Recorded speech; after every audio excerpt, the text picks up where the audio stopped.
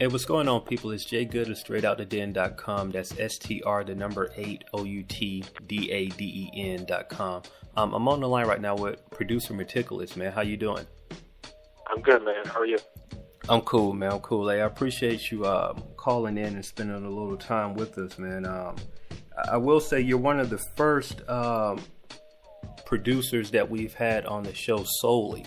We had artists and producers on the line at the same time, but this is the first time that we just had a producer, and I'm pretty excited because I get a chance to talk producer talk. You know what I mean? Me being a producer, it's always fun just to pick the brain of another producer, man. So I appreciate it, man. It's my pleasure. No problem at all, man. One of the first things I wanted to ask you, man, is just the importance of vinyl right now. You know, I think, and this is just my personal opinion, I believe that we are in the age of everything is, quick production, right. 2 or 3 notes type production, you know what I mean? And, I see a producer like yourself where vinyl is so important to you. So I just want, before we go too far, can you kind of just, give us your spill on the importance of vinyl in production?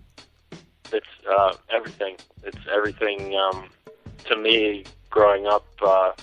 Even before I started listening to hip hop, I would dig through my mother's records. I mean, she had like the Stevie Wonders, the Four Tops, and so that sort of Motown sound kind of was some of the earliest memories I have of music. But then as I got older and getting into hip hop, like it's like the backbone of my process, It all starts with the records. Yeah, and speaking of your process, like what is the process as far as when you start to create a record?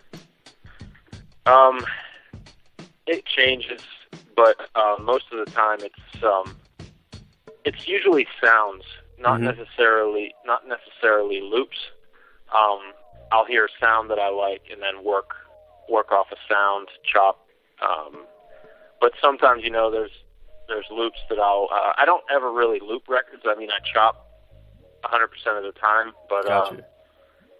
But yeah, I mean, it's just all about the sounds. And I mean, I rarely ever start with drums. I know a lot of producers start with the drums, but I feel like you can make your drums swing a little bit more if you come up with melodies. That's just me personally. But, yeah, I find that interesting, man, because that's one of the questions that I do like to ask people. Because like you said, a lot of people do start with drums because right now, especially particularly in what we hear on the radio is drum driven. The melodies are not there as much. It's like if you have some banging drums, then okay, cool, everything else kind of works with it. But right. The importance of finding the right sounds, and I like that you said that you actually look more so for sound than loops in your vinyl. Is there any particular vinyl that you like to use, like as far as genre, or do you kind of move around? And it's all over the place, but I mean, a lot of the stuff I sample is jazz. It's more like fusion jazz type stuff.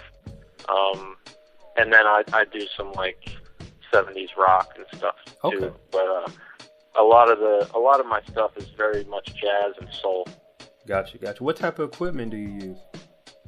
I got an MPC 2000 XL. I got an old M-Box that I bought back in 2005 that I still use. It's outdated, but I'm comfortable with it, so that's what I rock. And I got 2 Technique 1200s, and I have an old Yamaha Motif 6 that I just use to just add some stuff over top of the beats. But I mean, I very rarely use the keyboard. It's mostly all chops, and then I play my bass on the MPC too. Okay, cool. One thing that always stands out for me, especially with your production, man, is you have a polished sound. You know what I mean? It's still raw and rugged and has that underground hip hop feel, but it has a polish feel to it. Thank you.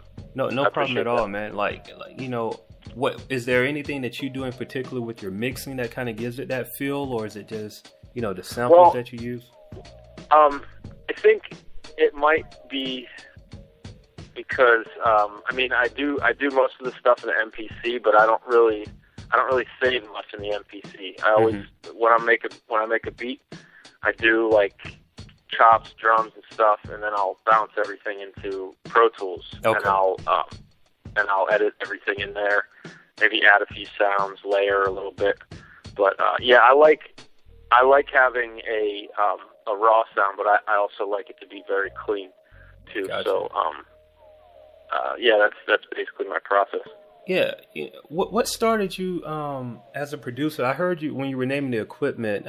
You know, you were speaking of the turntables. Like, did you have any DJ going on before production, or is that something that okay. Actually, I got my first pair of turntables, I believe in 1999. It took me a while because I'm from a small area and there's no guitar center or anything like that. Okay. So my first turntables I bought in the back of the Source. They were Gemini belt drive turntables, and then once I left Pennsylvania and I moved to New York, I sold those and bought some used Technique 12s, which helped me out a lot. Man, and, you know, you said behind in the back of the Source, dude. It just took me back to like growing up as a kid. Like, you know, you used to flip through that thing, and then you get to the ads in the back of the Source, and I used to think, I was like, man, I wonder, do anybody ever buy anything out of here, man? That's cool that you did that. Yeah, that's cool, man. Yeah, shouts to Music Factory. I don't think they exist anymore. But yeah, that's who I bought them off of in New York back in the day. Okay, cool. Now, I will say, like, when I really first started hearing your name, it was through the Audible Doctor, and you know, I just started seeing the name, and I'm gonna tell you, and I want to talk about just your name in particular, the way that you spell your name, and also that the way that your name looks on, you know, print. Was that a conscious decision to make everything lowercase like that? Yeah. I mean, my name is Matt, and I wanted to go off of something like that, and I feel like my production style is that meticulous, and I feel like the producer has a huge role in creating a track, but at the same time, it's the MC who shines. Like, there would be no me. I mean, I make instrumental tapes and stuff like that, but there would be no Meticulous if there wasn't an MC on it. So it's kind of like, you know, you're taking the background, and I feel like it fits my personality and my style, just all lowercase. Man, I like that. I didn't expect to get that type of explanation, man. I really appreciate that, because it is so true that, you know, of course, without the producer, it makes things difficult for the artist. But the simple fact that you're trying to play that background and allow the artist to, you know, stand in the forefront, you know, by just doing something as simple as lowercasing your name, at the same time, it's still clever because it sticks out. You know what I mean? But I like that. You know, I want to get on to the, like I was saying before, when I first heard of you was through Audible Doctor. And you guys work closely on a project. And is it more so of a forming a group? Is that was just for that one project that you guys were doing that? No, we have a group. It's automatic. It's Audible Doctor Meticulous. I mean, we go back ever since I moved to New York. I mean, I used to manage the store Fat Beats, and Audible Doctor used to work there with me, and we were just kind of coming up together, you know what I mean? It was like, he's a producer MC, we were just kind of learning our crafts, and then towards, like, I don't know, maybe 2006, I was like, man, we should do something, you know? And he was like, I'm down, and I was like, but I'm going to produce, you rap, because he's not really known for his raps like that right now. He's starting to put out his projects and stuff, but I really like working with him, because it's like, you rarely get a chance to speak direct with the people you're working with all the time. So it's good to bounce ideas off of subjects, beats, and what have you. But it took a while. Like we said, 2006, we're going to start putting stuff out. But it wasn't until 2010 we started working on tracks. And first track we did was for a mixtape called Free Shabazz Part 1. It was called The Colors. And that came out in 2010. And then the first official joint was on the EP I did for Fat Beats called the Maticulous EP. And the song was called Broken Cup. Gotcha. And after that, we've done like 4 or 5 joints. And we're putting out an EP next week or the week after. And then a full length later this year. I don't think it'll come out this year, but we're gonna finish it up. But we have a joint on iTunes too called Horse. Yeah, I saw that, man. And you know, I want to go back to Fat Beats. It seems like everyone that has some type of importance in hip hop, you know, the core of hip hop went through Fat Beats, man. It's something about that store, man, and just what's going on. You say you used to be a manager there at the store? Yeah. I moved here and I did an internship in 2004, and then I got hired to do just like, you know, stock and behind the counter and stuff. And then I got hired as a manager, and I did that for like almost 2 years. And then I moved on to the warehouse where the label is, and I did like A&R and international sales. That's dope, man. That's dope. It's a part of hip hop history, man, and the fact that you were a part of that is great. Hey, it's J.Good of Str8OutDaDen.com. I'm on the line right now with producer Meticulous, man, and you know, we've been talking about a couple of things. You know, I want to get into the John Quest recent project that you guys worked on, the No Reruns. Mm-hmm. How did that relationship come about? That came about. I started to see the Pittsburgh scene flourish. Like that all happened pretty much after I left. During my time, I come up in New York, I saw, you know, like the Wiz Khalifa and the Mac Miller explosion, and then a lot of artists followed suit with doing their own sort of style. And I linked up with this dude Beatty, who used to be in a group with Mac Miller. Okay. And I like Beatty's style. I like his flow. And we did a joint together called Vroom, and that was on actually Free Shabazz Part 2. The first part I did with Audible Doctor, the second part with this kid Beatty. And so then I did a whole EP with all Pittsburgh MCs. It's called The Confluence. Gotcha. It's on Fat Beats' website. If you look up fatbeats.com/Confluence EP. It's 7 joints, all Pittsburgh MCs, and John Quest was featured on 2 of the tracks. Mm-hmm. And we decided to do a separate EP together, and that's pretty much how that came about. Hey, it was one other thing that I wanted to ask you about. It's kind of old now, but it was a video for the EP that you had with Fat Beats. Can you tell us a little bit about that? That was a cool process. That was like my first official release, and the first single off it, the lead single, was called Body to Beat, and it featured R.A. the Rugged Man, Rusty Jux, and Rock from Help the Skelter. And we shot a video for that in Bensonhurst, Brooklyn. It was dope. Ricky Shabazz shot it. He's a really dope video director. And it was cool, man. I reached out to Rusty first, and we worked in the studio together, and just forming that track, trying to be a producer, you know, thinking about who would sound good together. And Rock and Rusty have worked together before, but they haven't worked with RA yet, so I figured that would be a pretty a dope collabo, and it turned out nice. The response was good. If you go on YouTube, look up Meticulous Body to Beat, it's on there. For that collaboration, was it more so of you? Did you hit him up via Twitter, or was it, you know, just making a phone call? How did that happen?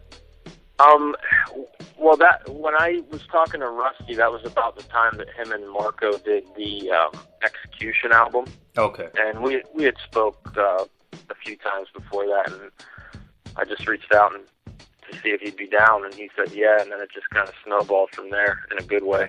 Gotcha. Cool, man. Well, hey, that's a great moment, man. And the fact that you put that thing on vinyl was great too. You know what I mean? I love that idea of having your album being someone that, you know, vinyl is such an important part of, you know, of your craft, to have your project, you know, pressed on vinyl. That's just dope, right. man. Very dope. Yeah, I'm starting my my second official vinyl project now. It's in the infancy stages, but hopefully it'll be out early next year, mid next year, something like that. Dope. Do we have a title yet? I don't. I Okay. really don't. I don't cool. want to do. I don't want to do a part 2, and I don't even know if it's going to be an EP yet. I'm trying to shoot for a full length, but Okay. schedules permit. Okay. Cool, man. You know, this is something that I've been noticing. It's been happening maybe, I mean, it's been happening for a while, but I just been, you know, see the resurgence of it, and it's happening a little more often, maybe like the past 2 to 3 years, where producers will work with, you know, the rapper or the artist, and, you know, throw out these quick EPs. You know what I mean? Like, I know for me, being a producer, what helps me out a lot is the fact that I can sit down and focus and really pull off the energy of the artist. You know what I mean? When we sit down in a room and come up with this stuff. How is it for you working with these different artists? Because I mean, we've named 2 or 3 EPs that you've done, and I'm sure you have some more stuff in the works that you're working with these artists and throwing out these quick EPs. Like, how important is it for you to be in the room at the same time and really, you know, focus on the work? It's most important to me, but unfortunately, it rarely happens.